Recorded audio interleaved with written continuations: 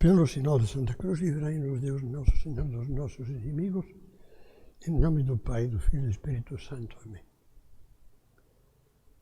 Meu Senhor e meu Deus, creio firmemente que estás aqui, que me vês, que me ouves.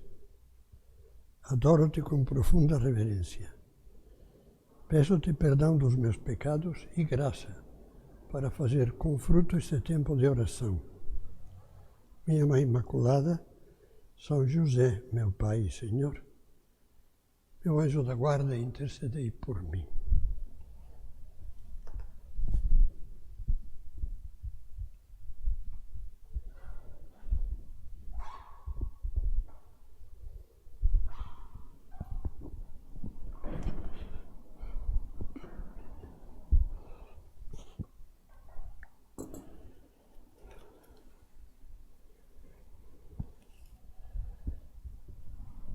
Estamos iniciando o nosso recolhimento de dezembro.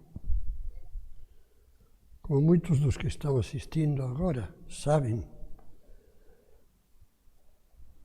o título é Luzes do Natal. É natural que seja assim. No domingo passado, iniciamos o Advento, que para nós é um caminho que nos vai conduzindo para o grande mistério do Natal. Deus que vem ao mundo e se faz homem. O Verbo se fez carne e habitou entre nós. E continua habitando entre nós.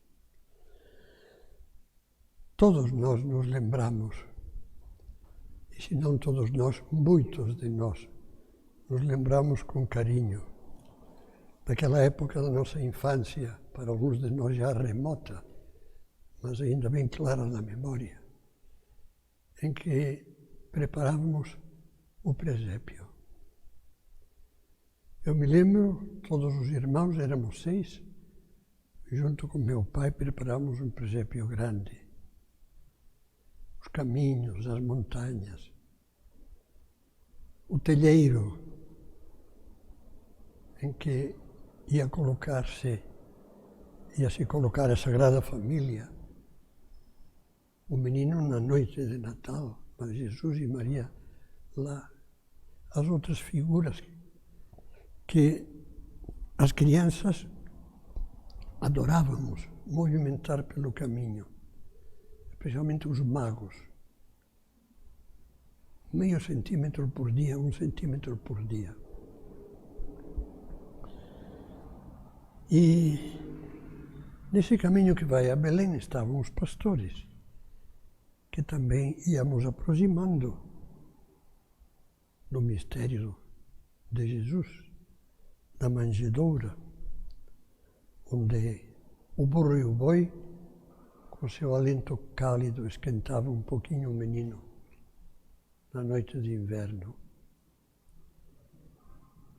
E o Evangelho de São Lucas, que descreve o nascimento de Cristo, diz que depois de receber o anúncio do anjo, nasceu para vós o Salvador, que é o Cristo Senhor, os pastores disseram uns aos outros: vamos até Belém e vejamos o que lá aconteceu e que o Senhor nos deu a conhecer.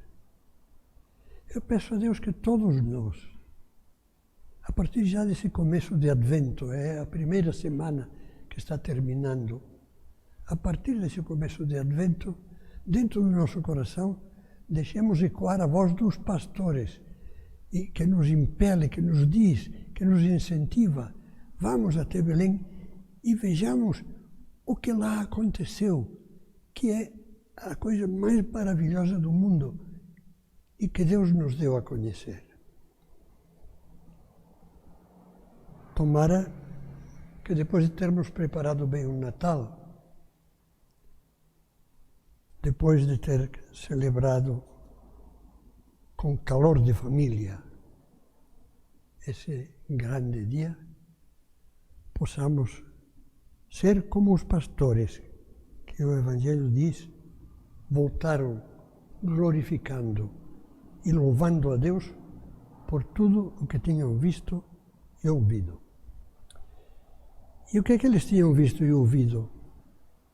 O mesmo que nós estaremos vendo e ouvindo agora ao meditar o Evangelho sobre o Natal, o capítulo 2 de São Lucas, e ao ver, ao dar uma olhada ou ao rezar diante do presépio. O que vemos são grandes contrastes. Deus, o Deus onipotente, o Deus que tem nas mãos o céu e a terra, o Deus todo-poderoso, é uma criança que não se pode valer por si mesma. Precisa dos cuidados da mãe, do que lhe faz de pai, desse santo que toca tanto o coração, que São José, esse santo admirável, discreto, silencioso e totalmente entregue a Jesus e a Maria. A grandeza de Deus reduzida à última das crianças que acaba de nascer, a mais pobre das crianças que acaba de nascer rejeitada, abandonada por todos, num estábulo em que só há feno, palha e alguns animais que lá se refugiam. Vemos o Todo-Poderoso precisado de tudo.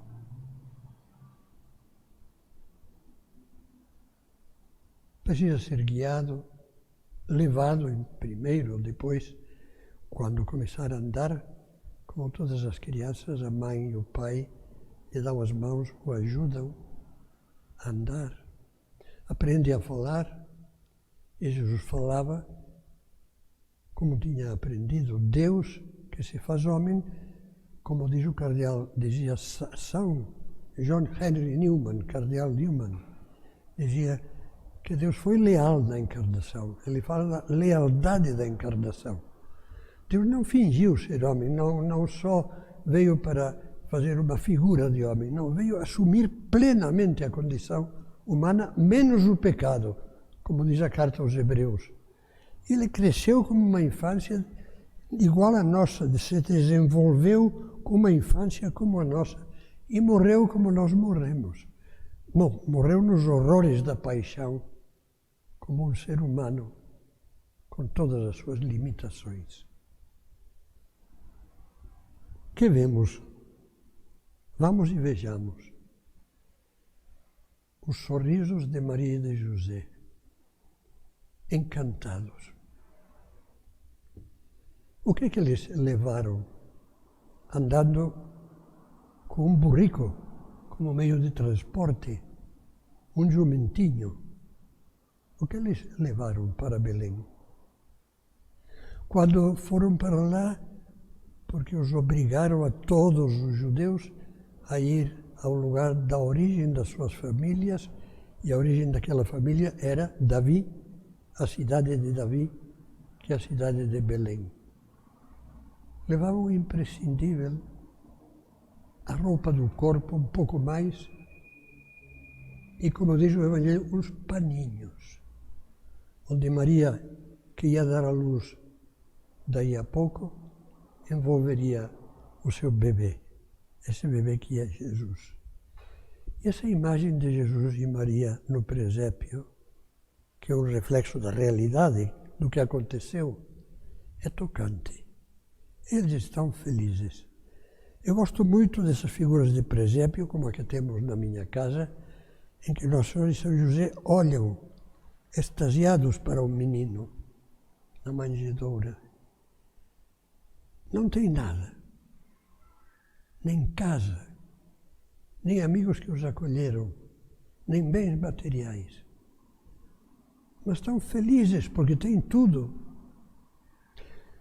E neles se faz visível aquela parábola de Cristo, que o reino de Deus, quando Deus é acolhido e reina na nossa alma, é como um tesouro escondido no campo. Escondido porque a maioria, muitos não são capazes de descobri-lo, mesmo que Deus lhes indique que está aqui, não acreditam. É como um tesouro escondido no campo, que quem o encontra mesmo, feliz pelo achado, como acontece sempre aquele que encontra Jesus, o encontra na infância, naquela data inesquecível da sua primeira comunhão, ou encontra convertido na vida adulta, ou encontra na velhice, depois de ter gasto toda a vida à margem de Deus, de repente se extasia porque recebe o dom da fé. E aí tem tudo. Como dizia São Francisco, meu Deus e meu tudo. São Bernardo, contemplando o nascimento de Jesus em Belém, diz: quem tem razão? Deus ou nós? Deus escolhe para si o que é melhor. E escolhe o que nós muitas vezes desprezamos e rejeitamos. Escolhe ser humilde, se faz pequeno, não quer comandar, brilhar, estar em destaque, deslumbrar com os seus raios. Nunca, nem depois da ressurreição, Cristo, Deus, quis fazer isso. Depois da ressurreição, ele vai se sentar à beira do lago de Genezaré e comer um peixe frito e um pouco de pão junto com os seus discípulos, pouco antes da ascensão. Assim, partindo com eles. E, no entanto, é Deus. E aí está, esse Deus pequeno, humilde, desprendido, aí está o maior amor que jamais existiu e que nós deveríamos compreender. São João diz: nisto se manifestou o amor de Deus para conosco, em nos ter enviado ao mundo o seu Filho único, para que vivamos por ele. Nisto consiste o amor, não em termos nós amado a Deus, mas em termos Ele amado e enviado o seu Filho para expiar os nossos pecados. O Filho, do mistério da Trindade, Pai, Filho e Espírito Santo.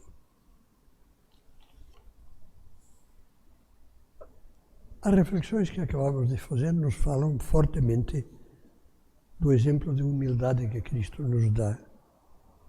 E é um dos exemplos mais claros no Natal. Deus se faz humilde para nos ajudar a nós a fazer-nos humildes, a ter essa virtude que é alicerce, sobre a qual se podem construir todas as outras. Toda a grandeza do homem tem que ter como base a humildade. A humildade verdadeira. Uma humildade que não é rebaixamento, que não é coitadismo, que não é simplesmente reconhecimento de que nós devemos tudo a Deus, nós somos filhos de Deus. E por nós mesmos somos tão desvalidos como o menino de Belém. Quando começa a vir a arrogância, e eu não preciso que ninguém me ensine nada, e eu não preciso de Deus, eu não preciso de religião, e eu já sou uma inteligência de adulto, e quanto mais nos afundamos. Santo Agostinho tem uma reflexão muito bonita ao comentar o Evangelho de São João. O Verbo se fez carne e habitou entre nós. Diz: para que fosse curada a fonte de todas as doenças, o orgulho, o Filho de Deus desceu à terra, fez-se humilde. Ó homem, por que te ensoberbeces? Deus fez-se humilde por teu amor. Se te envergonhas de imitar um homem humilde, imita ao menos a Deus que se humilhou. E é muito interessante uma carta que Santo Agostinho escreveu a um intelectual um pouco presunçoso e cheio de espírito crítico, que se chamava Dióscoro. E escrevia, entre outras coisas, e eu te digo que o primeiro caminho autêntico da vida para estar com Deus, o primeiro caminho é a humildade, o segundo, a humildade, e o terceiro, a humildade. E quantas vezes me perguntares, te repetirei o mesmo. E não porque não haja outros preceitos que se possam enunciar, mas porque se a humildade não precede e acompanha quanto fazemos, de bom, tudo é destruído pelo orgulho. Orgulho é o câncer, também das coisas boas, também das virtudes. Coragem com orgulho. Fazer muito pelos outros, mexendo-se, mas exibindo-se. Não.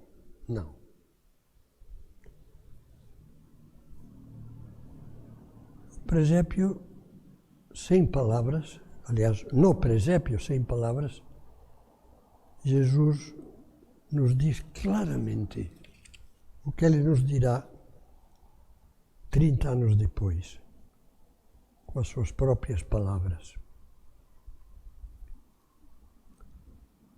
São Mateus diz que, em certo momento, os discípulos aproximaram-se de Jesus e perguntaram-lhe: quem é o maior no reino dos céus?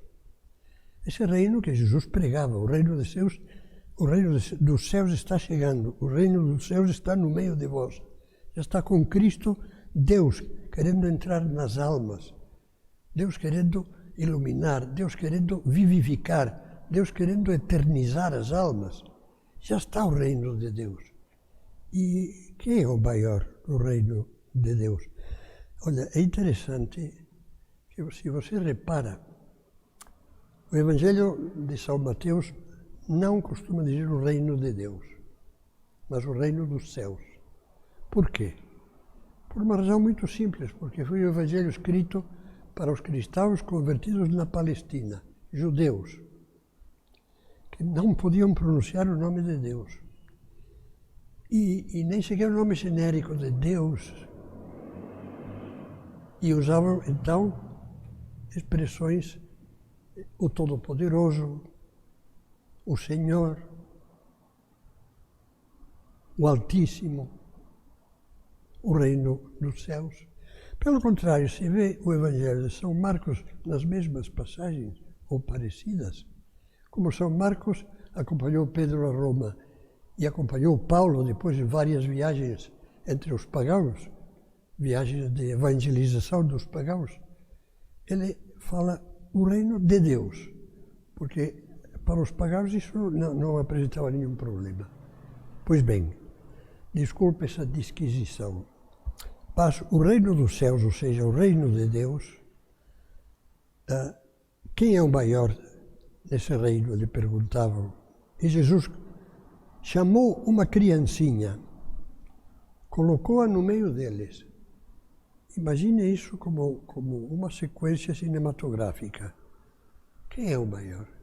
Pega uma criança, a coloca lá no meio, abraça e diz: em verdade eu vos declaro, se não vos transformardes e vos tornardes como criancinhas, não entrareis no reino dos céus.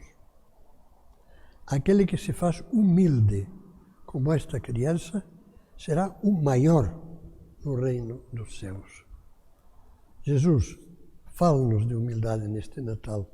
Faz com que a entendamos, faz com que a compreendamos, faz com que não nos percamos com ideias caricaturescas da humildade, ridículas.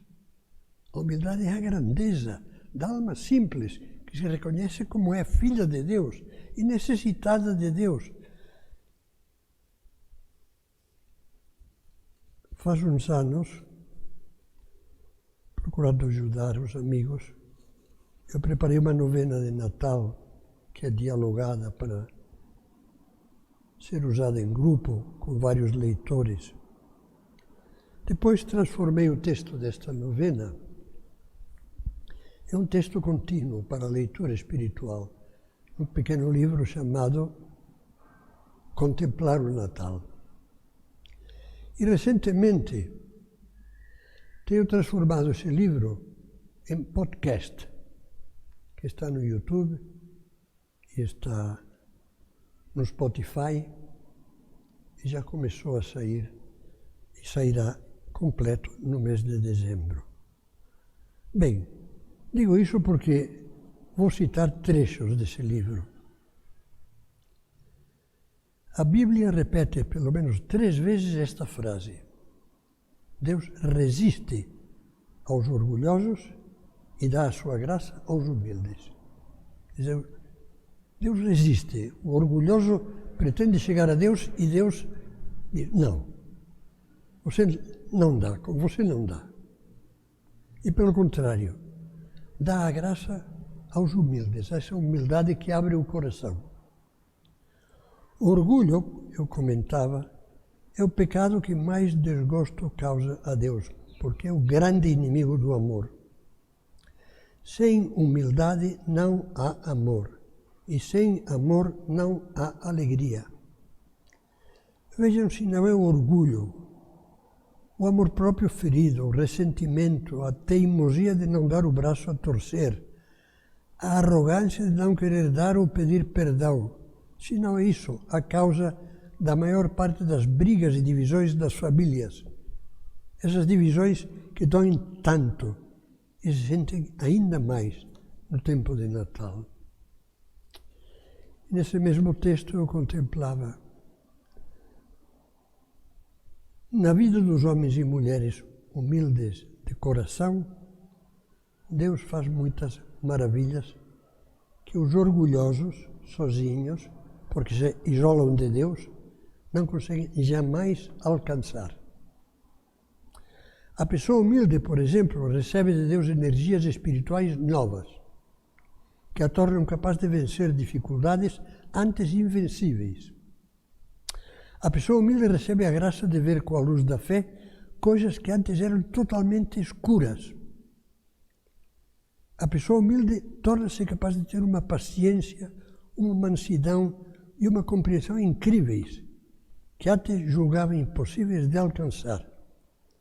A pessoa humilde, com a graça de Deus, vence todos os obstáculos. Se não vos fizerdes como crianças, não entrareis no reino dos céus. A criança tem várias características. A primeira é pequena e dependente. Não se acha o tal. Uma criança mancada do homem faz rir a todo mundo. É ridícula ou é engraçada, é uma palhaçada. A criança é pequena e dependente, porque a criança não sabe fazer nada.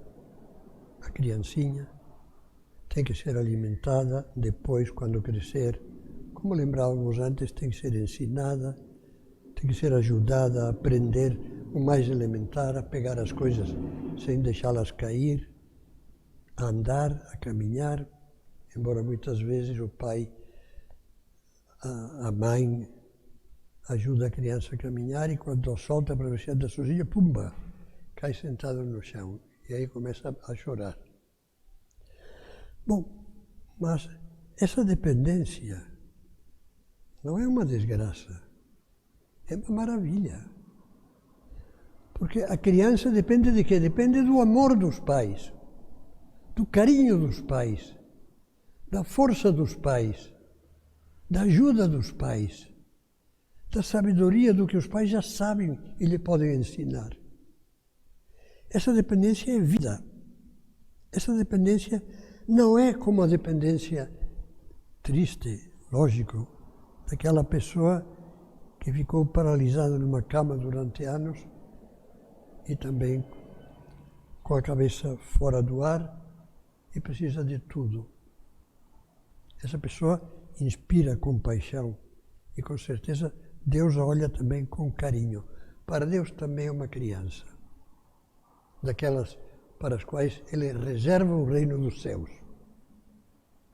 Mas estamos pensando em Jesus menino e em que Ele nos quer imitadores da humildade dEle. Dependemos de Deus para ter um conhecimento da verdade. Dependemos de Deus para ganhar com a graça divina a força da vontade que faz o bem. Dependemos de Deus para saber acertar nas encruzilhadas do mundo o verdadeiro caminho da vida. A criança tem uma dependência magnífica e nós não queremos ter de Deus. A criança é plástica. São José Maria dizia, com humor, que as crianças são de borracha. Escreveu em vários lugares homilias, etc. E quando um adulto cai, às vezes de uma forma ridícula, ou dá um susto e as pessoas se afligem, o faz rir.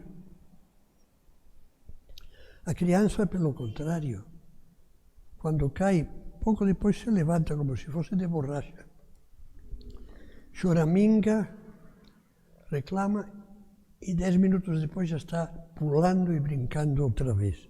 Pois uma alma que é humilde tem essa virtude de ser plástica. Isso por quê? Porque tem esperança, porque sabe que se volta para os pais, e no nosso caso, se voltamos para Deus depois de ter tido um tombo, por grande que seja, Ele nos pegará nos braços. Se voltamos chorando, nós com lágrimas de arrependimento, receberemos o abraço de Deus, o consolo de Deus. Receberemos nova vida de Deus. Oscar Wilde tem um conto em que o protagonista que ele focaliza é um anão e uma princesinha. O anão é um conto, portanto, é ficção. O anão se apaixona pela princesinha. Um anão deforme, feio. E coloca esperanças em que a princesinha goste dele. Até que um dia ele, e é um conto, nunca se tinha visto num espelho, passa na frente do espelho e vê uma coisa horrorosa e diz: que é esse horror? É você.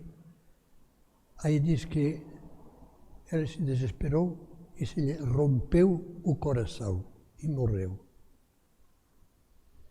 Quando nós fazemos um pecado, às vezes nos assustamos. Eu fui capaz de fazer isso. Mas não sejamos como o anão do conto de Oscar Wilde. Sejamos como uma criança. Não, o anão não tem remédio. A criança sempre tem remédio, porque está em fase de crescimento. E quando Jesus diz fazer-se como crianças, o diz tanto ao adolescente como ao homem maduro, como ao velho de 90 anos. Se não vos fizerdes como crianças, não entrareis no reino dos céus. Senhor, dependo de Ti, estou feliz, pois dependo do Teu amor, da Tua graça, que maravilha. Senhor, se eu me olho no espelho e digo falhei, não verei uma cara monstruosa que não tem remédio, mas verei uma cara suja que pode ser lavada pela Mãe, Nossa Senhora. Agora que estamos perto da festa da Imaculada, lembremos-nos de que ela é a principal protagonista do Natal até o dia em que Cristo nasce.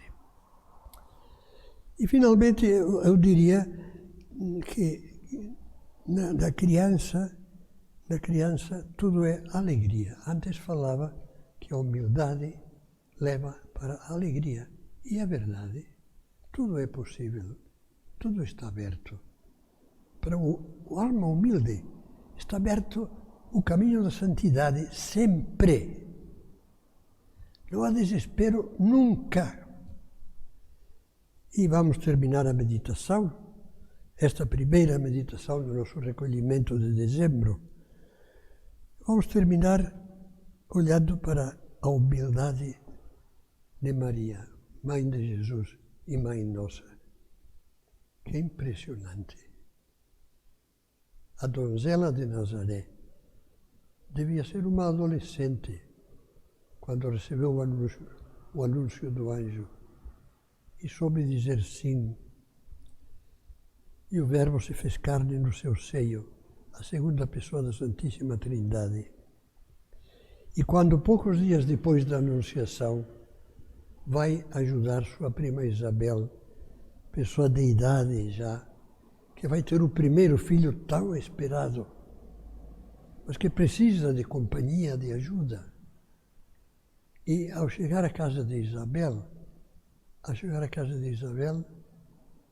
entre outras coisas, movida pelo Espírito Santo, Isabel lhe diz: feliz tu que acreditaste, diz a Maria. E a louva: bendita és tu entre todas as mulheres. Esse é o começo da Ave Maria, tirado da Bíblia. E o que faz Maria? Reza aquela oração impressionante do Magnificat. A minha alma engrandece o Senhor. Meu espírito exulta de alegria em Deus, meu Salvador. Não sou eu, foi Ele, porque olhou para sua pobre serva. E porque Deus olhou, e a pobre serva, ela não diz isso, correspondeu. Por isso, me proclamarão bem-aventurada, feliz, todas as gerações, porque realizou em mim maravilhas aquele que é poderoso e cujo nome é santo. Eu termino pedindo ao Nosso Senhor que interceda por nós, para que Deus faça em nós maravilhas. Nesse tempo de preparação para o Natal e nesse próximo Natal, maravilhas de conversão, sobretudo de conversão para a imitação da humildade de Jesus, de Maria e de José.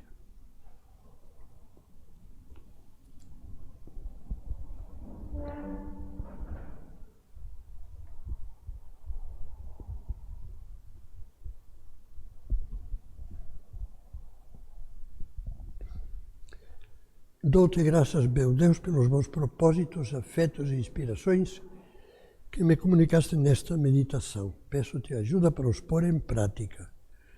Minha Mãe Imaculada, São José, meu Pai e Senhor, meu anjo da guarda, intercedei por mim.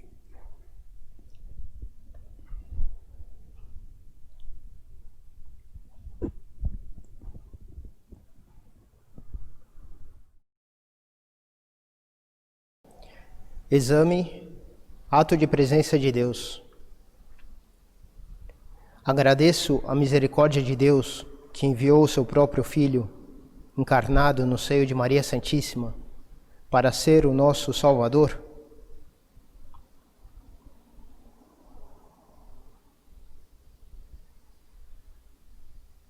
Toda a vida de Jesus, Deus feito homem, é um exemplo para nós. Tenho o desejo de aprofundar no mistério do Natal para entender, como dizia São José Maria, as lições que Jesus nos dá desde menino, desde recém-nascido, desde que seus olhos se abriram para esta bendita terra dos homens.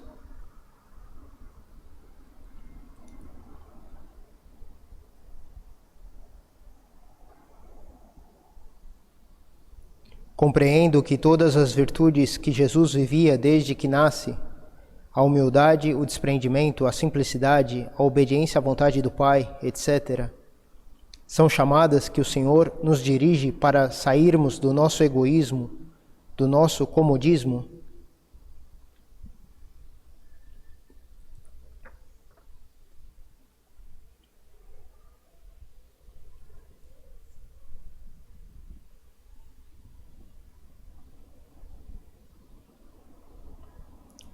Quando São João fala da vinda de Cristo, diz que a todos os que o receberam, aos que creem nele, deu-lhes o poder de se tornarem filhos de Deus. Dou graças a Deus pelo dom da filiação divina, Relaciono-me com Deus como Pai, cheio de amor misericordioso, que merece todo o meu amor?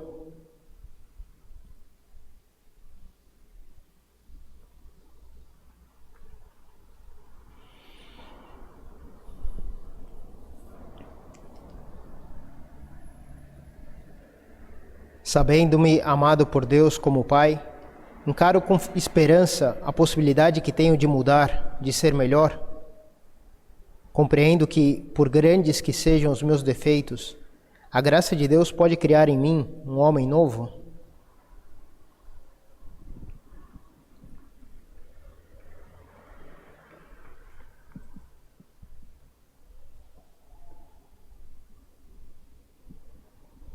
Tenho a humildade de recomeçar de novo depois de cada falha, sem pessimismo, com a esperança de um filho que se sente seguro, porque é ajudado e acompanhado por seu pai.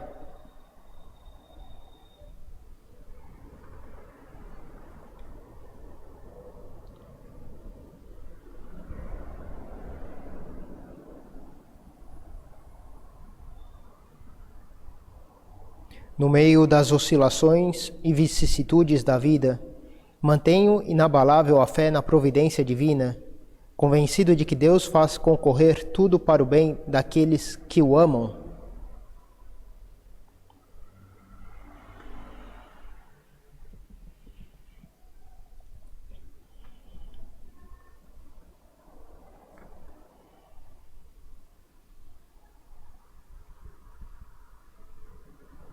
Aceito a vontade de Deus, meu Pai, ainda que me custe compreendê-la. Procuro espelhar-me no exemplo de abandono em Deus de Nossa Senhora e de São José, cheios de serenidade no meio das dificuldades que cercaram o nascimento de Jesus.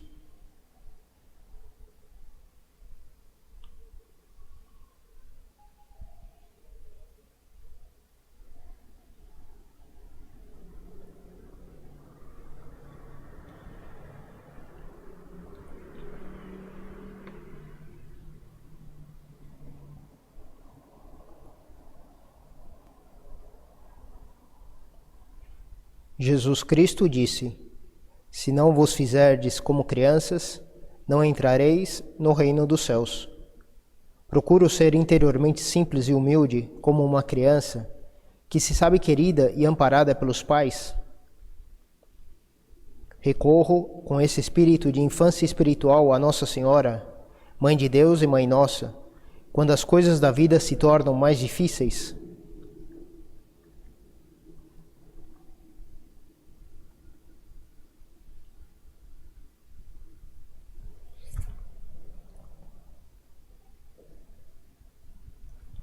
Na noite de Natal, os pastores, avisados por um anjo, foram com pressa a Belém e encontraram Maria e José e o menino deitado numa manjedoura. Depois o adoraram e lhe ofereceram seus presentes. Tenho o propósito de assistir à missa de Natal com desejo de adorar a Jesus e oferecer-lhe como presente a minha decisão de melhorar.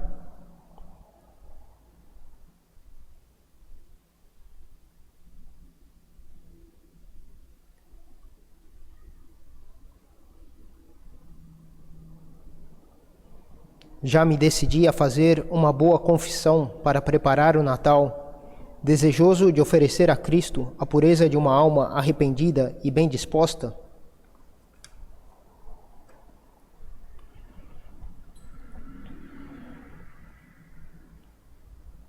Ato de contrição.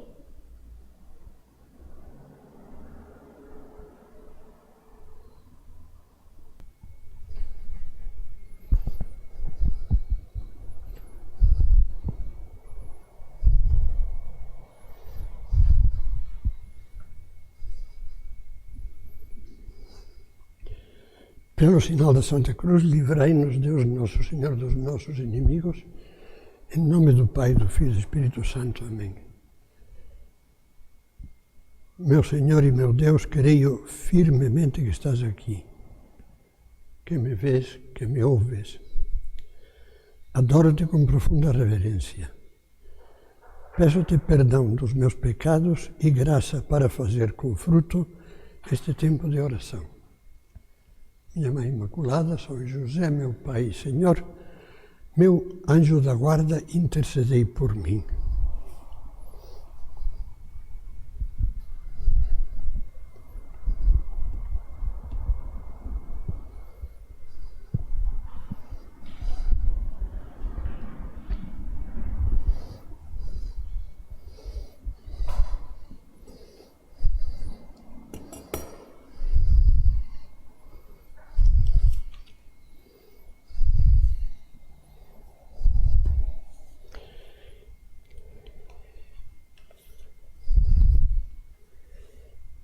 Iniciamos agora a segunda meditação do nosso recolhimento de dezembro.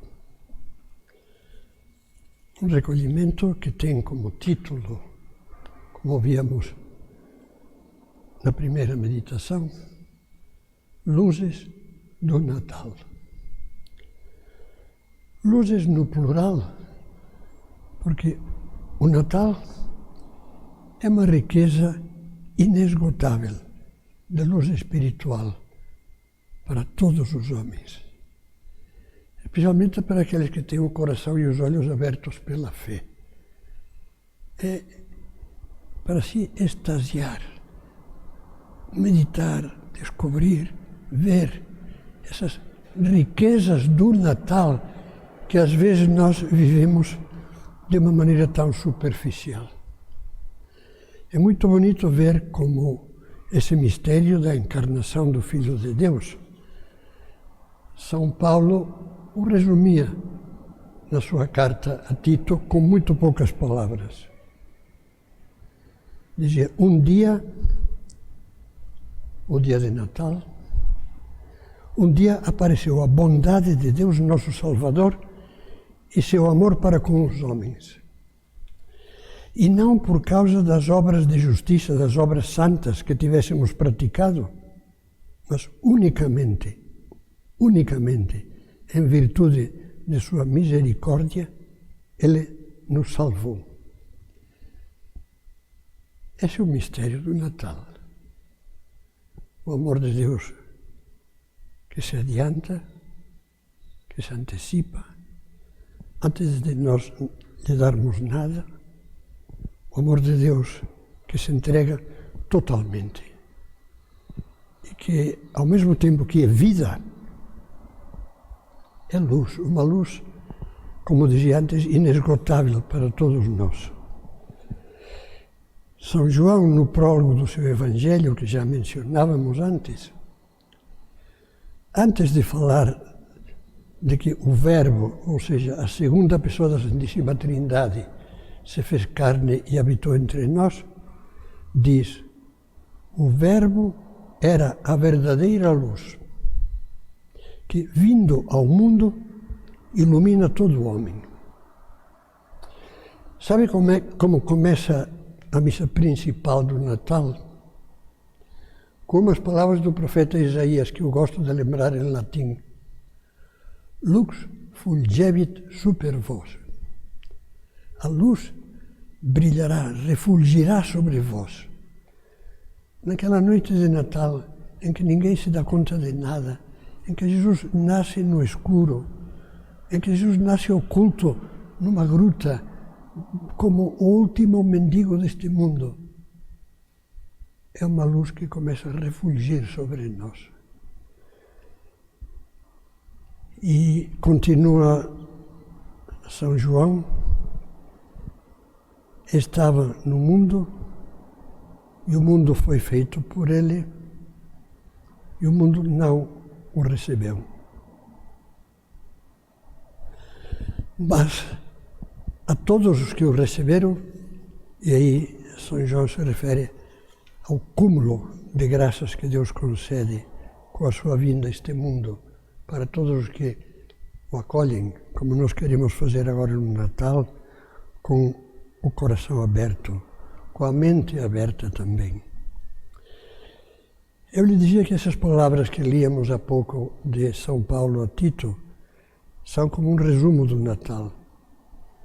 Eu diria que uma síntese das graças, das luzes do Natal, também nós a podemos encontrar na mensagem que o anjo que anunciava o Natal, os anjos, disse aos pastores.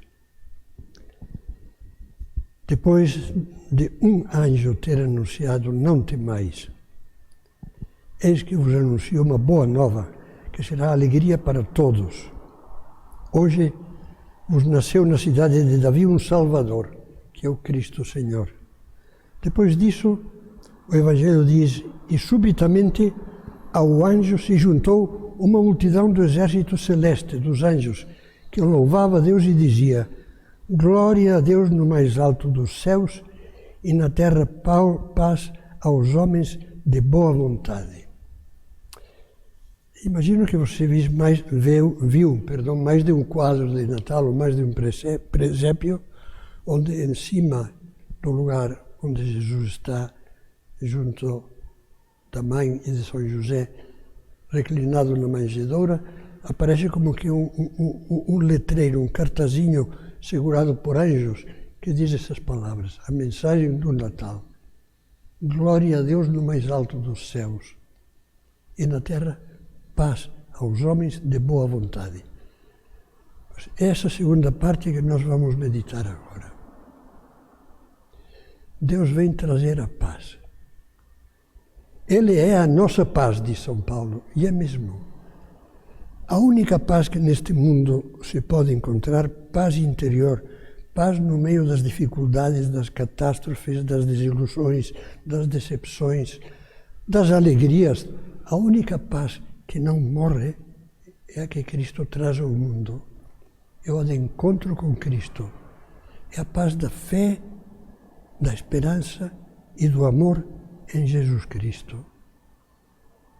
Agora, essa paz, já anunciaram os anjos, mal Jesus começava a respirar na nossa terra, anunciavam para os homens de boa vontade. A palavra que utiliza o Evangelho no seu texto original grego, que é, por se interessa, é eudokia, essa palavra significa benevolência, bem-querer. E alguns a traduzem como benevolência de Deus para conosco, para os homens que Deus quer bem, os homens em que Deus se agrada, e outros a traduzem desde faz muitos séculos, como fazia São Jerônimo, um homem que falava grego com as pessoas conhecidas, que sabia grego como uma pessoa que hoje fala inglês fluentemente e não tem a mínima dúvida do que tem que dizer. São Jerônimo traduz para os homens bone voluntatis, de boa vontade. Mas a boa vontade é a vontade boa, a vontade boa. A vontade que quer o bem, benevolência. Quer o bem. E qual é o bem? O que Deus quer. Portanto, a boa vontade é a daqueles que na vida procuram querer o que Deus quer e se identificarem com a vontade de Deus. Jesus, o Filho de Deus, nos dá um exemplo pleno. Ele dizia, o próprio Jesus em relação a Deus Pai, meu alimento é fazer a vontade daquele que me enviou. Eu vivo para isso, o que me faz viver, o que me dá vida, o que alimenta a minha vida, é fazer a vontade de Deus, do Pai. Ele também é Deus, nesse mistério insondável da Trindade. É o bem-querer de Jesus, que depois, pouco antes da paixão, expressou da seguinte maneira. Eu nunca estou só, dizia. Naquele tempo já o abandonavam multidões. Eu nunca estou só, porque o Pai está comigo, porque eu faço sempre o que lhe agrada. Essa é a boa vontade. Essa é a mensagem que se dirige ao seu coração e ao meu. Como é fácil nós fazermos a minha vontade. Às vezes de uma maneira irônica, as pessoas dizem, aquele sempre quer fazer sua santa vontade. E não é santa, é egoísta. A minha vontade. E temos no presépio, no mistério do Natal, dois exemplos fantásticos dessa boa vontade. Vontade boa. O primeiro exemplo, sem dúvida nenhuma, é o da nossa mãe, Santa Maria. Como é bonito e alegre poder dirigir-nos a Jesus e dizer, Jesus, a nossa mãe, porque tu me deste a tua mãe na cruz, eis a tua mãe deste a mim, eis a tua mãe. Por isso São Paulo diz que nós somos que Jesus é como que o primogênito, escrevendo aos Romanos, como o primogênito entre muitos irmãos, que todos chamam Maria de mãe. Você se lembra da Anunciação? O Natal começou nesse dia. Nesse dia em que o anjo Gabriel se apresentou com figura humana diante de Maria, ele transmitiu a mensagem de Deus que definia o sentido da vida dela, a escolha que Deus tinha feito dela. O anjo disse, não temas, Maria, pois encontraste graça diante de Deus. Eis que conceberás e darás à luz um filho, e lhe porás o nome de Jesus. Ele será grande, e chamar-se-á Filho do Altíssimo.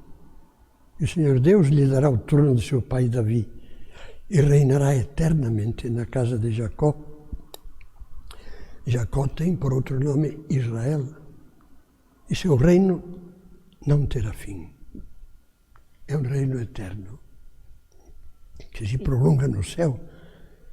Faz 2 domingos apenas nós celebrávamos a festa de Cristo Rei de céus e terra, Rei do Universo. O anjo manifesta a Nossa Senhora qual é a vontade de Deus a respeito dela. Mas não impõe. Deus que nos deu a liberdade como um dos dons mais preciosos, que faz que o ser humano seja imagem de Deus, seja dono da sua inteligência, seja dono, dentro das suas limitações, da sua vontade, que possa dizer, quero, não quero, faço porque quero, faço embora me custa, faço porque vi. Esta é a liberdade e a capacidade de querer o bem, mesmo que custe muito. Não é a liberdade de fazer os caprichos, isso é escravidão. Como tantas pessoas que estavam escravizadas aos seus vícios, estavam escravizadas ao que se diz no ambiente. São verdadeiros escravos com argolas no pescoço, nas mãos e nos pés, escravos do politicamente correto. Queremos ficar bem, temos que estar com o politicamente correto. Mesmo que seja numa escola católica, não importa, o politicamente correto, somos escravos.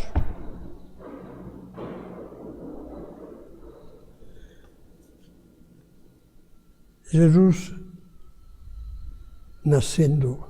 sendo Deus que vem a este mundo, nos dá esse exemplo impressionante. Pede licença, Deus pede licença a uma menina.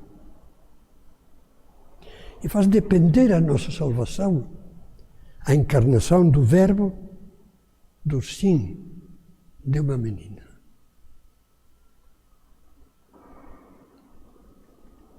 Maria perturbou-se, diz o Evangelho, pela presença do anjo.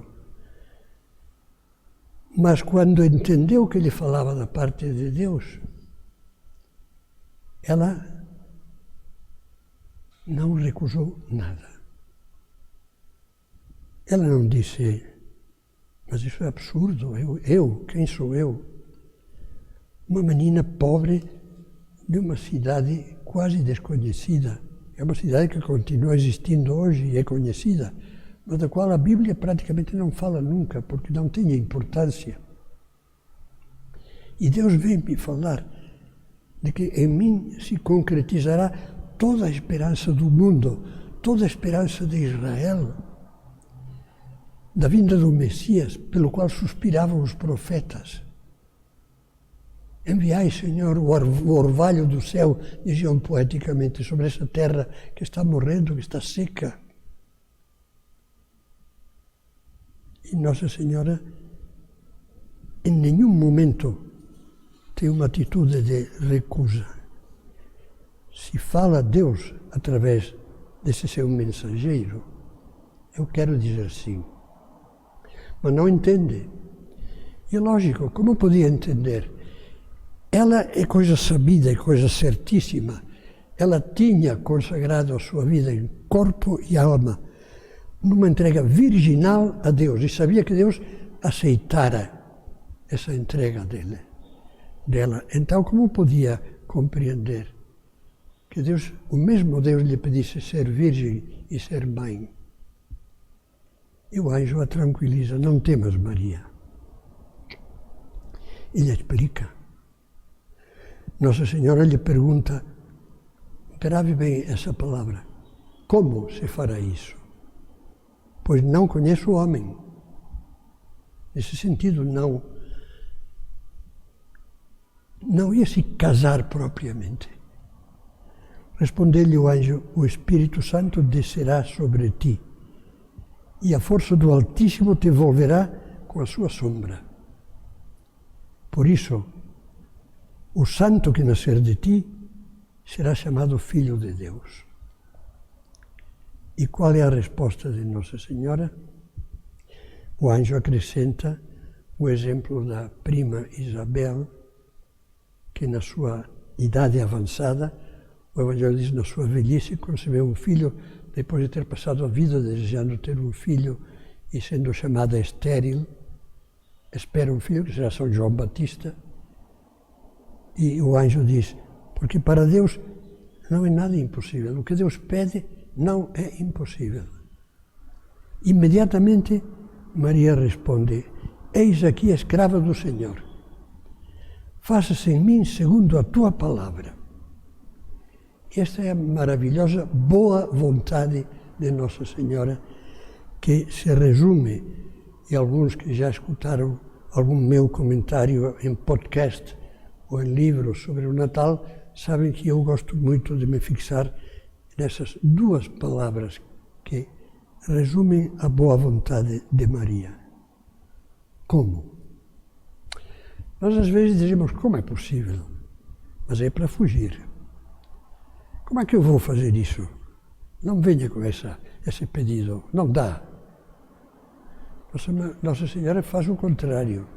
Quer fazer o que não entende que seja possível, mas quer que lhe expliquem. Como se fará isso? Enquanto recebe uma resposta vinda de Deus, uma resposta que a fé recebe, imediatamente diz, sim, faça-se. Como? Faça-se. Você e eu fazemos isso na nossa vida. Quantas luzes de Deus e com elas graças de Deus nós perdemos. Deus se aproxima de nós através de uma inspiração interior do Espírito Santo, através de um exemplo, através de uma leitura, de uma meditação. E nós notamos que Deus nos está pedindo aquilo. Mas custa, não tenho tempo, é difícil, acho que não vai dar, não tenho vontade, essa seria a autêntica explicação. Como é que eu posso? Não encontro tempo, não encontro tempo de fazer um plano espiritual mais intenso, é que ninguém faz, como ninguém faz, os santos fizeram. E Deus nos chama a todos a ser santos. A maioria, santos no meio do mundo. Pois bem, em vez desse como de quem tira o corpo, vamos dizer o como da boa vontade. Como posso fazer isso? E fazemos oração, que é o que fazia Maria. Há outras vezes em que o Evangelho nos conta que Maria não entendia.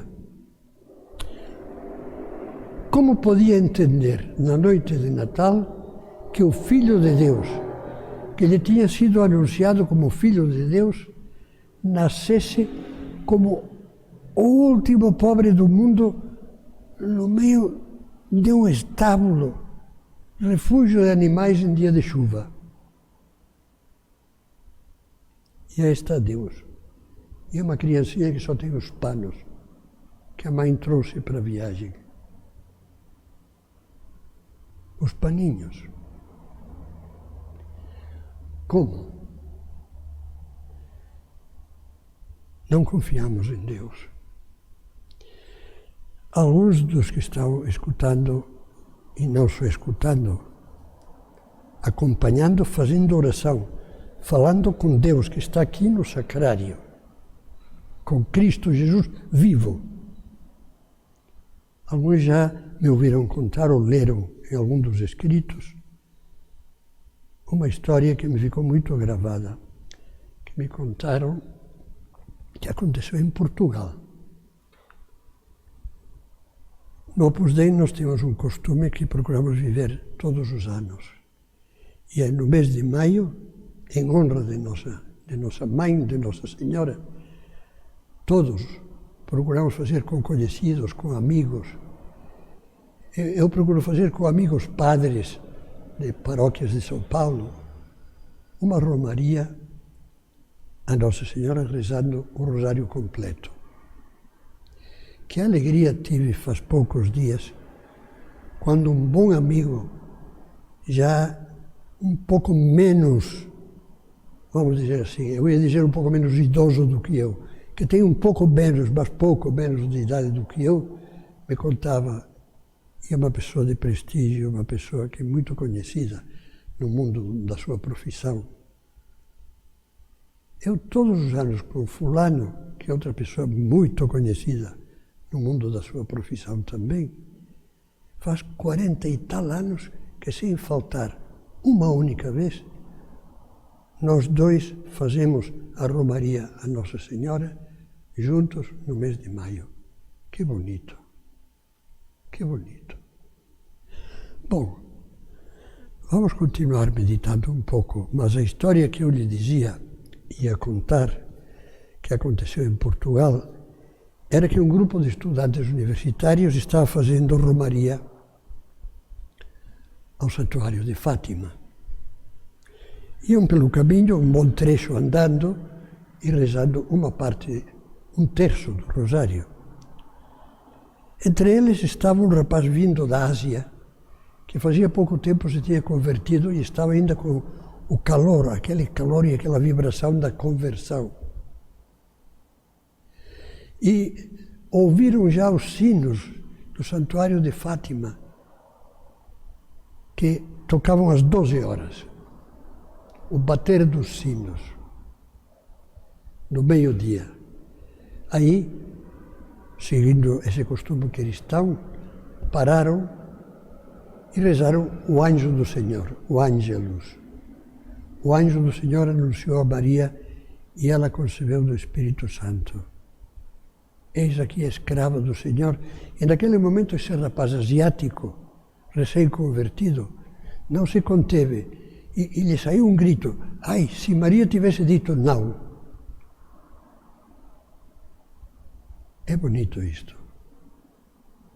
Se dava conta que da entrega de Nossa Senhora, do sim, dependeu, de certa forma e realmente, a nossa salvação. E será que nós não nos damos conta de que do nosso sim dependem muitas coisas? Quantos não dissemos a Deus ao longo da vida? Talvez não descarado. Não quero. Às vezes sim, não quero nem saber. Mas quantas vezes nós não dissemos um não tácito, nos esgueirando, parando de pensar, não quero pensar nisso, e deixamos de fazer o que Deus nos pedia.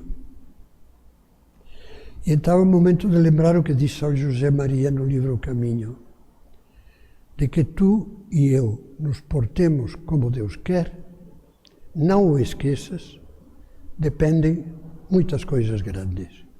E é verdade, é verdade. Ele poderia contar tantos casos.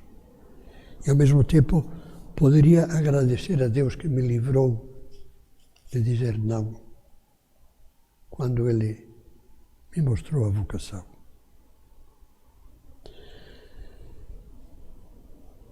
Nossa Senhora houve muitas vezes que não entendeu, várias vezes, ter o filho naquela miséria. Quando o menino, aos 12 anos de idade, eles foram à Sagrada Família a Jerusalém pela festa da Páscoa e o menino iam em caravana, grupos familiares, amigos, parentes, tudo. Ao voltar, o menino não estava.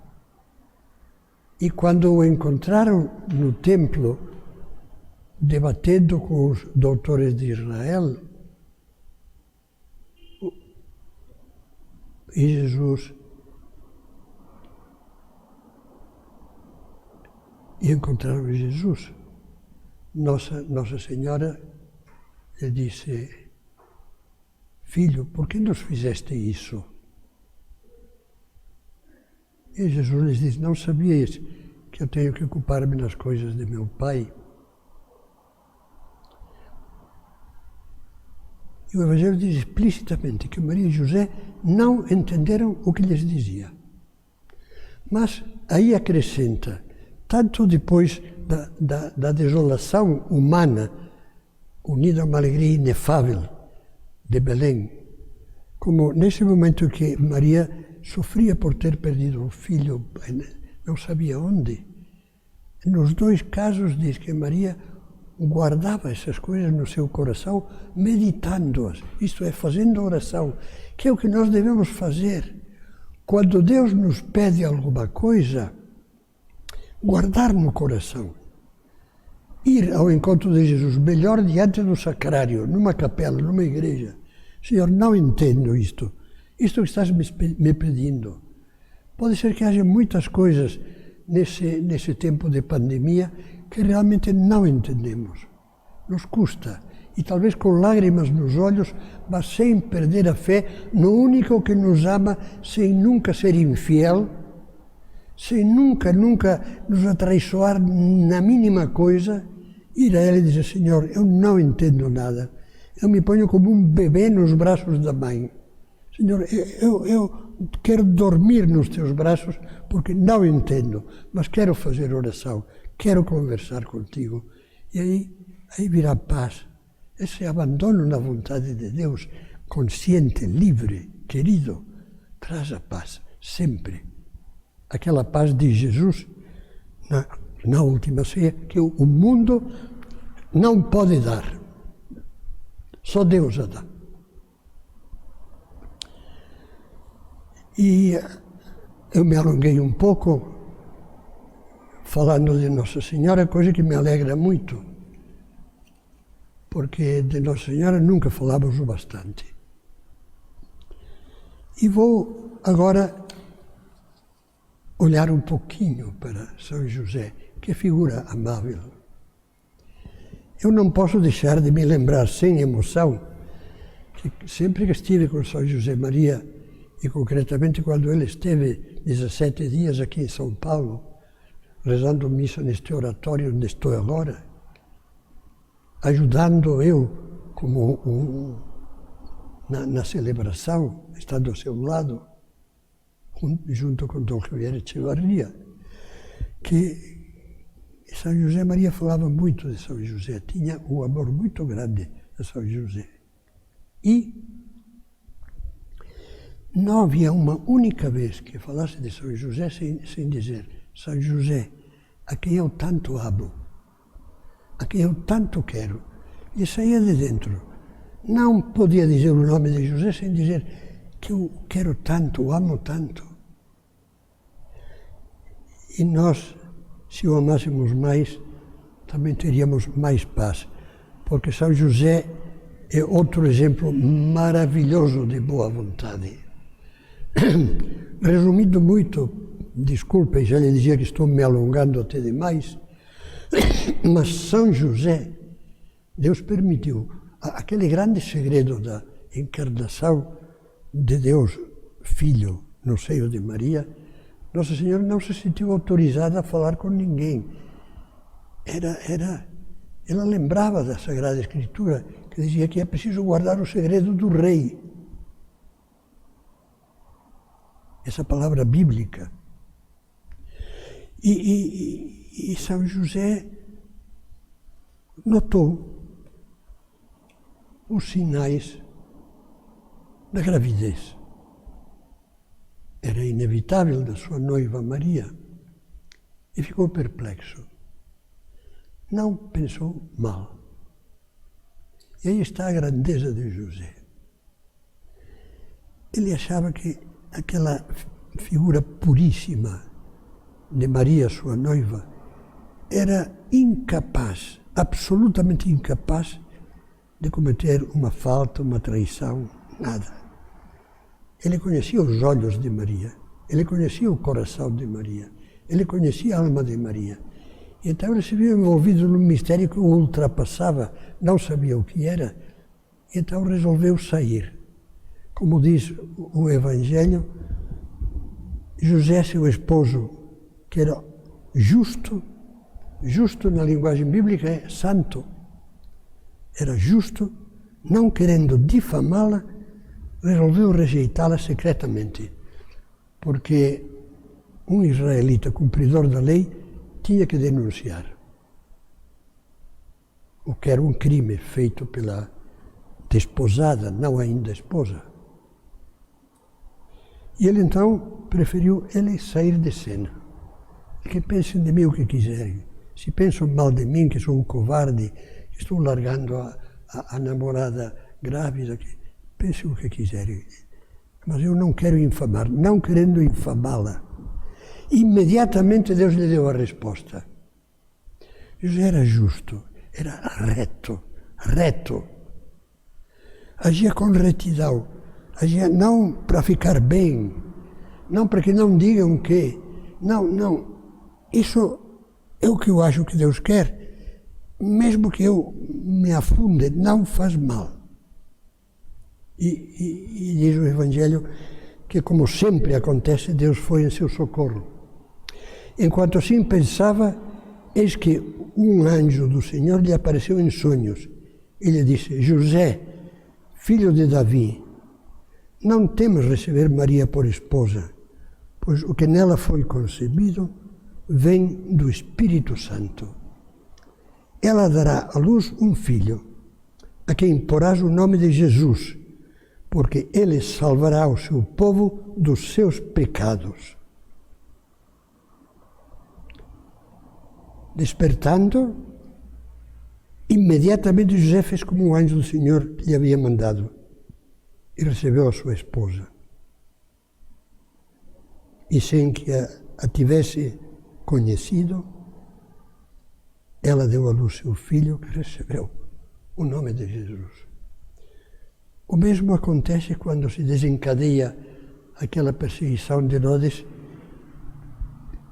que, ao saber, através dos magos, que o rei de Israel, profetizado como Messias, tinha nascido em Belém,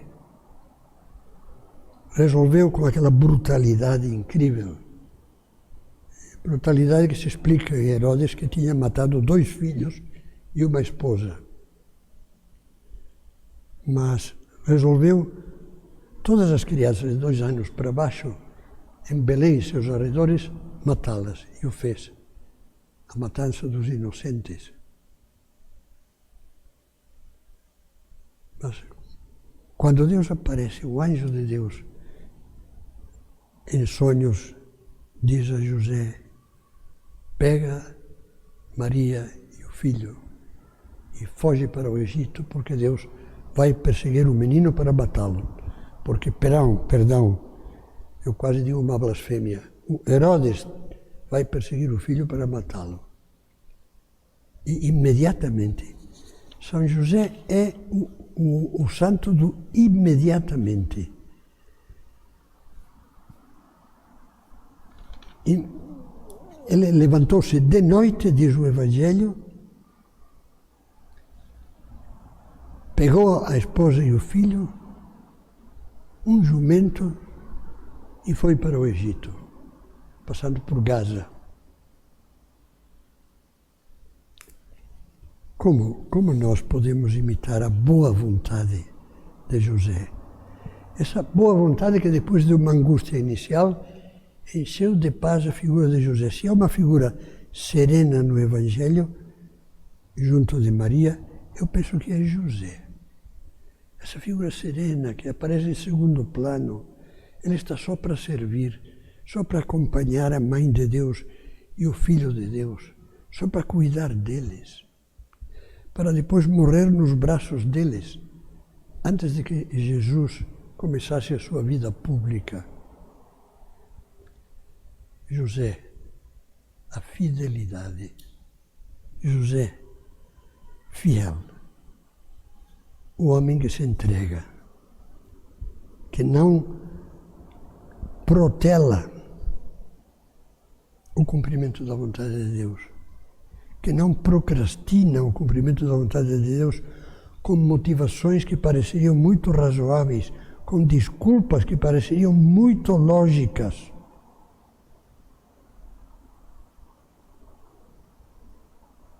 Também São José Maria dizia que deixar as coisas para depois e não quando as vemos e chegou a hora não fazer hoje e agora, equivale a não fazer.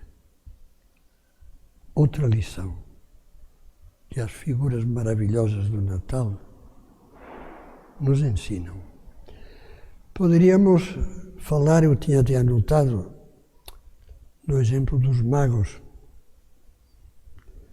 mas agora não há tempo. Se alguém tem interesse, eu faz uns anos fiz um livro que se intitula Procurar, Encontrar e Amar a Cristo. E metade do livro está dedicado aos magos.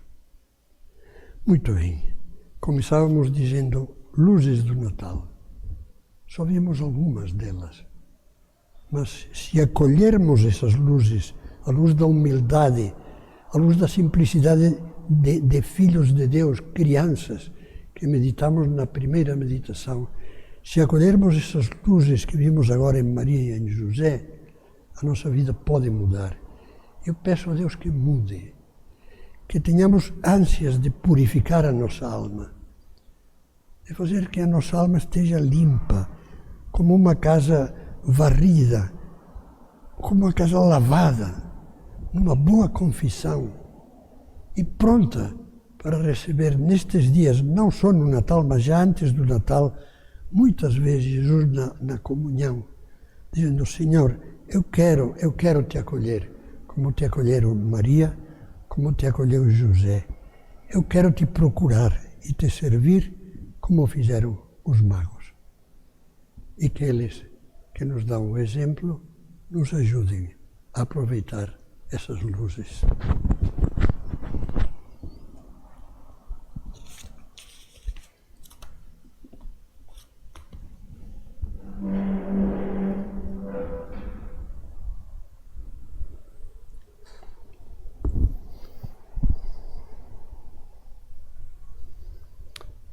Dou-te graças, meu Deus, pelos bons propósitos, afetos e inspirações que me comunicaste nesta meditação. Peço-te ajuda para os pôr em prática.